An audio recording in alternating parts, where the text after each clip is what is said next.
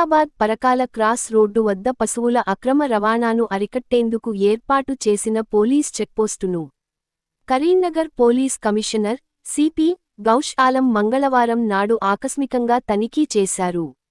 ఈ సందర్భంగా చెక్పోస్టు వద్ద అందుబాటులో ఉన్న రికార్డులను పరిశీలించి భద్రతా చర్యలపై సిబ్బందితో సమీక్షించారు.